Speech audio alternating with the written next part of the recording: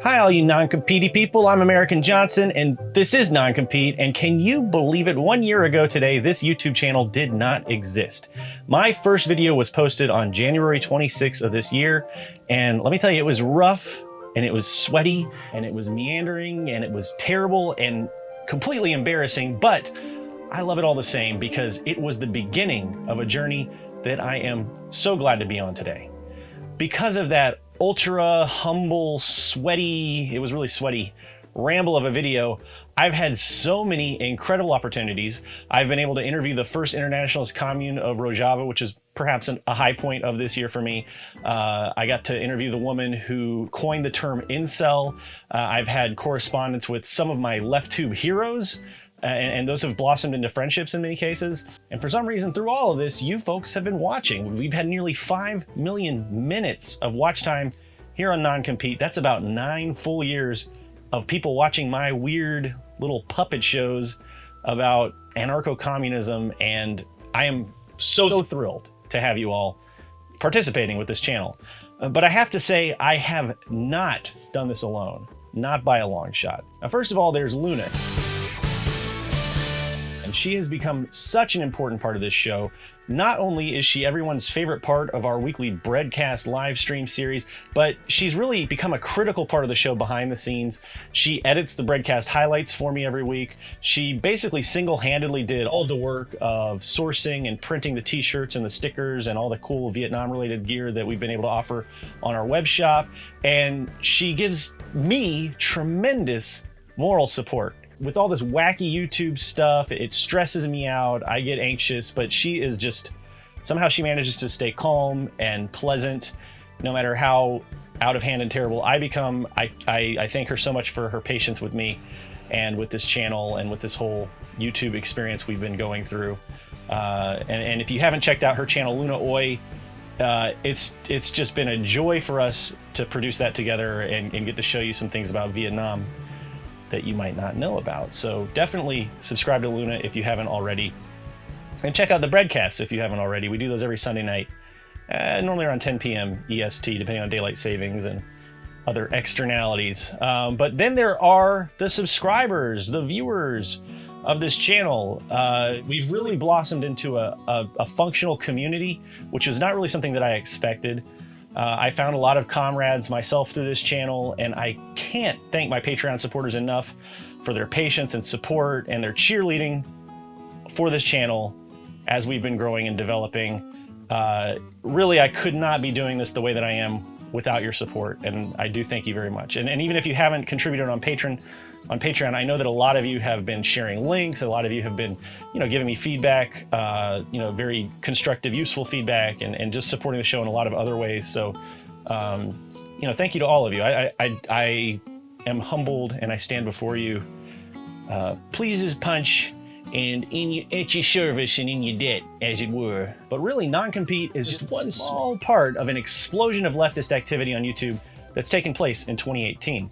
Now, I'm not even kidding when I say this. I firmly believe that what's been happening with the leftist community in 2018 will be looked at and picked apart and studied years from now by historians, because I think that something was born this year on this crappy corporate video hosting platform that we all truly hate to have to use.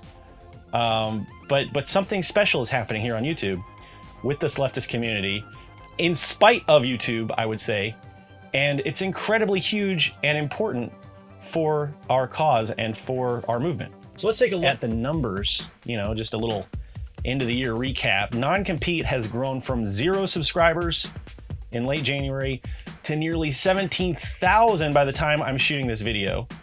Thought Slime started about the same time I did and has seen the same sudden growth. Angie Speaks started her channel about 4 months after I did. She's already up to 7,000 well-deserved subscribers. Actually, she deserves a lot more. So if you're not subscribed to Angie Speaks, please check out her channel. It's really amazing. She talks about some really fascinating stuff. Goes off the beaten path a lot with her content. I've just, there are so many other YouTubers. I can't name everybody. There's so many other leftist YouTubers that I've been working with, collaborating with, just watching and subscribing. It's just truly blowing me away, the quality content that's coming out, and the changes that we're affecting. We're out there, you are out there teaching and educating and agitating. It's really, really amazing. And when I look at all these leftist YouTubers that I watch on a regular basis and the way that they've grown this year, it's just amazing. It's amazing what's been going on. I couldn't be more happy with the way that this community is growing and flourishing. But so like, I can't stress this enough. About a year ago, if you can think back to that time, the left had a substantially smaller footprint on YouTube, and there were some great channels, don't get me wrong. A lot of leftist content producers have been at it for years, and I'm not trying to undercut or downplay what they've accomplished, you know, especially in sort of setting the stage for the rest of us. But now I'm seeing this community just it's gangbusters. You know, we have so many people out here making stuff now. We have so much great introductory, intermediate, and advanced topics being covered. You know, there are a lot of people out there that are way smarter than me that are doing some really impressive work that just, you know, weren't even doing anything a year ago. So that's pretty fast, I have to say. I mean, do you remember when we all thought of YouTube as this platform that was dominated by reactionaries and the alt-right? You know, I thought of it as having really almost no foothold for the left at all. I thought of it as kind of a wasteland, and that's part of why I started my channel, was because I didn't feel like there was nearly enough content being produced versus the tremendous avalanche of right-wing crap that was coming out on YouTube. And it really wasn't that long ago. So let's just take a little moment to just think about this year and all the amazing things that have happened. Look how far we've come, and let's take some time to celebrate during this New Year's time. If you want a great regular dose of the width and the depth that LeftTube has taken on this year, you need to check out Aaron Collective's series LeftTube Tonight. So Aaron delivers a great digest of videos that leftists should be aware of, and in my opinion, it's a fantastic resource for leftists who want to stay connected to the wider community here and you know what's going on with other leftist content creators. And then there's BreadTube, a subreddit that is just jam-packed with awesome vids. You know, when I'm checking out BreadTube every single day, for those few brief moments when I'm on BreadTube, I honestly feel like I don't hate the shit out of Reddit, which is, you know, to the credit of BreadTube. And then there are the Discord and the Matrix servers and, you know, the Signal communities. Leftist chat servers are rowdy dens of drama, but they're also so much more than that. These are places where leftists come together, they share ideas, you know, we plan projects, we support each other through tough times. I absolutely love it. I'm so glad that I found this part of the leftist community as well. I'm really glad that I discovered this, you know, aspect of leftism. There's also some really great Facebook groups. You know, as much as I hate Facebook, that was a really important introduction for leftism to me when I was a baby commie. So I'm really glad that there are these online spaces and they've developed and matured so much. Now, I mean, don't get me wrong, the leftist community is not all guns and roses. Sometimes it gets frustrating. You know, we do have our problems. We've had some drama of late that's been pretty stressful to me and a few other of us, but you know, we're far from perfect.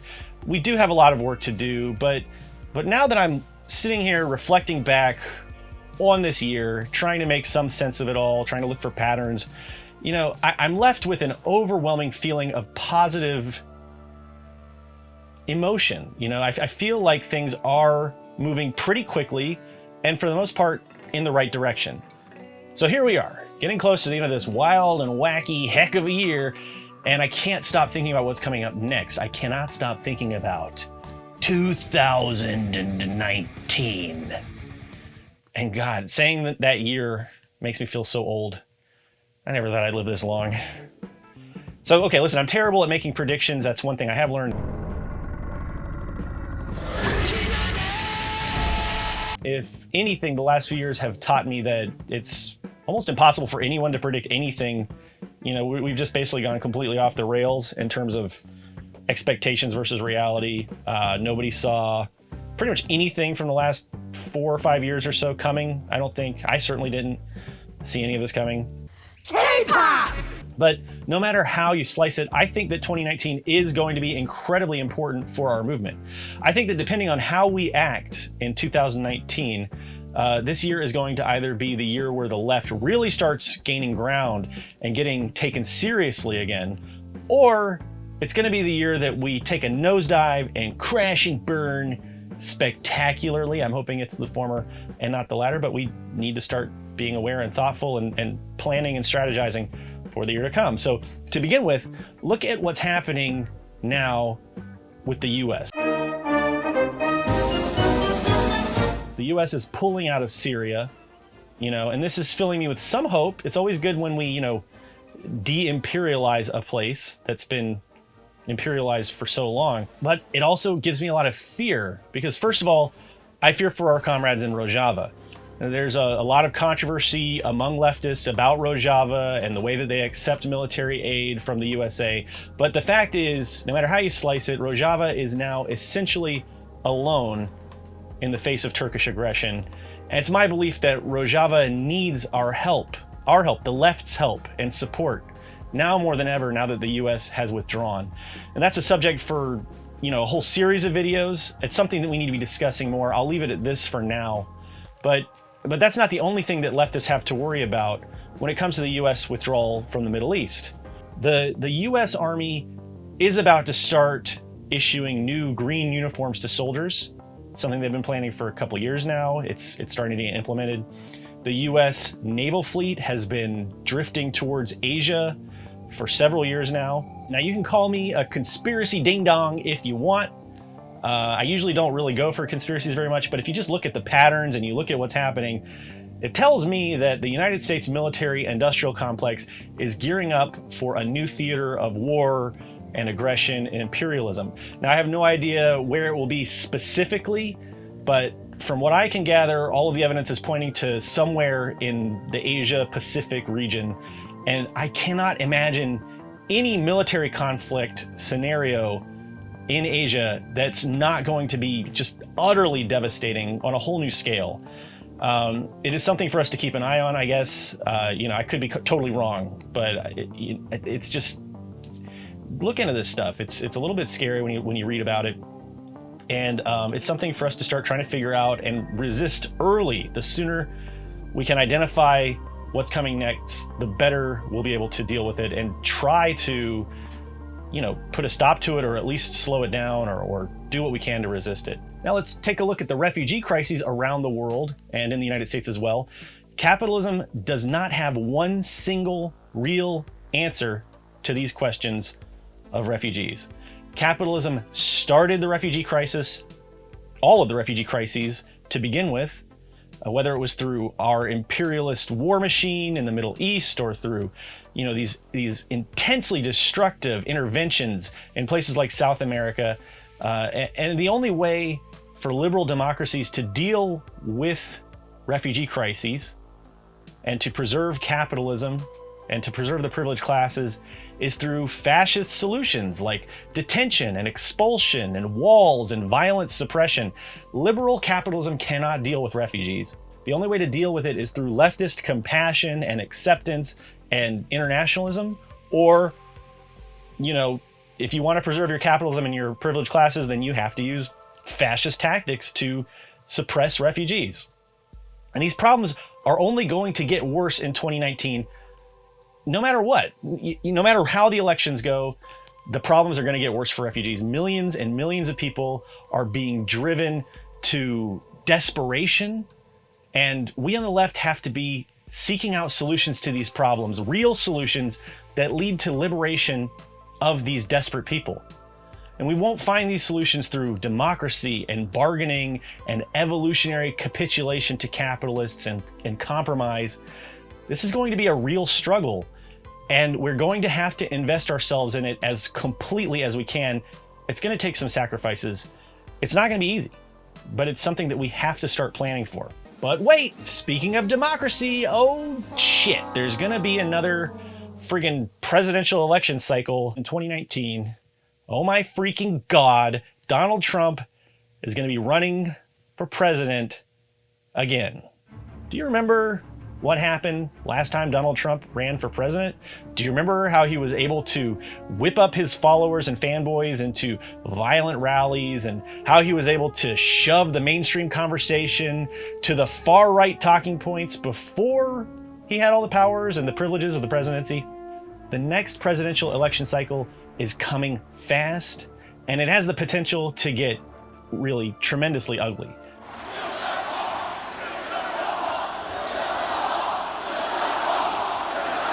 Are we ready for it on the left? What are we going to do? Do we have a plan? No matter how the election shakes out, I see it as a grave danger to the most vulnerable people in our society, but I also see it as a huge opportunity for the left. Unfortunately, those tend to go hand in hand, crises for vulnerable people and opportunities for the left. It's a threat because Donald Trump is absolutely going to stir up racist and xenophobic and reactionary energy once again. And that means that minorities and foreign nationals and people in poverty are going to be threatened and harmed and killed. But it's an opportunity because no matter how the mainstream election plays out, compassionate liberals, people who maybe they're misled, misguided about capitalism and imperialism and nationalism, well, they're going to start to see all this harm and damage, and some of them will start to take another look at the left and maybe start to question some of their preconceived notions about us.